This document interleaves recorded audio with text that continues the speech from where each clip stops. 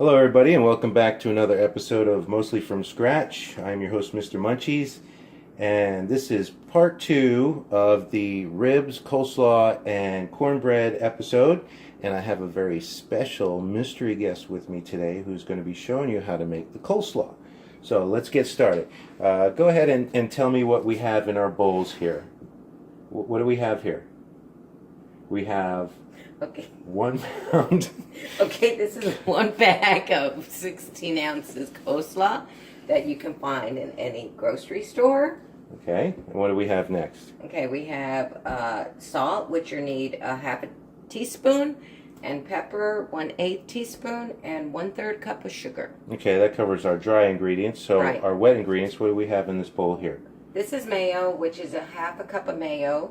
1/2 cup of mayonnaise. 1/4 cup of milk. 1/4 cup of milk. 1/4 cup of buttermilk. Okay. We have 2 tablespoons of lemon juice. This is fresh squeezed lemon juice, right? Yeah, sorry. Lemon. Okay. 1.5 tablespoons of vinegar, 2 tablespoons of diced up onions. Okay.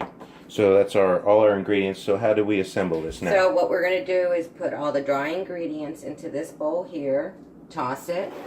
Okay, so go until ahead. Everything is coated. Let's go ahead and get our dry ingredients in with our cabbage. So the sugar goes like this.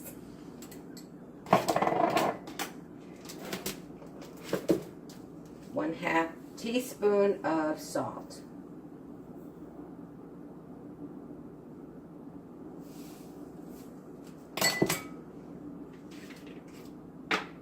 One-eighth teaspoon of pepper.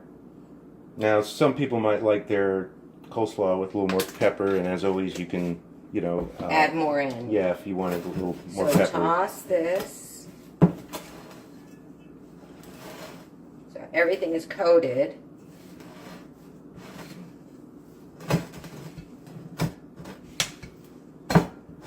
Probably for about 30 seconds. Yeah, just enough to get all your dry ingredients distributed through the cabbage there. Now you can use fresh cabbage if you want to take the time to chop this up yourself. The stuff in the bag is just a little more convenient. It already comes with a little bit of purple cabbage plus the carrots in it. So now we're going to assemble our wet ingredients. We have our onions. Everything in a smaller bowl.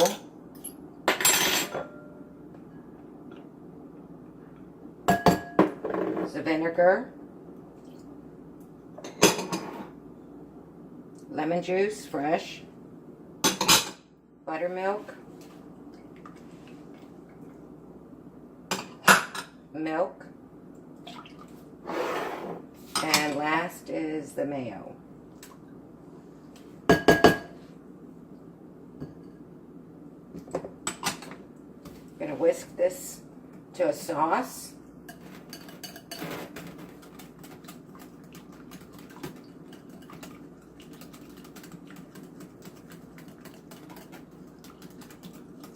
Almost looks like a kind of pudding sauce.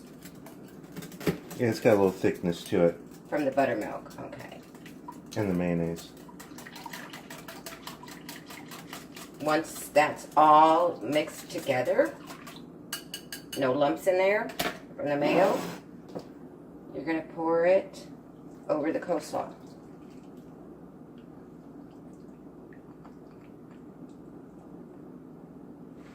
Now you're going to stir.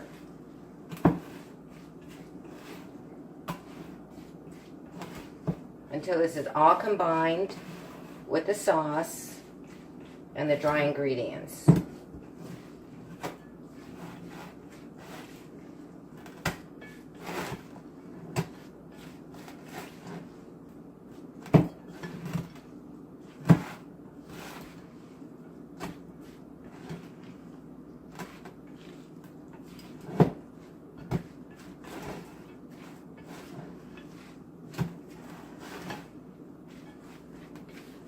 Okay, that looks good.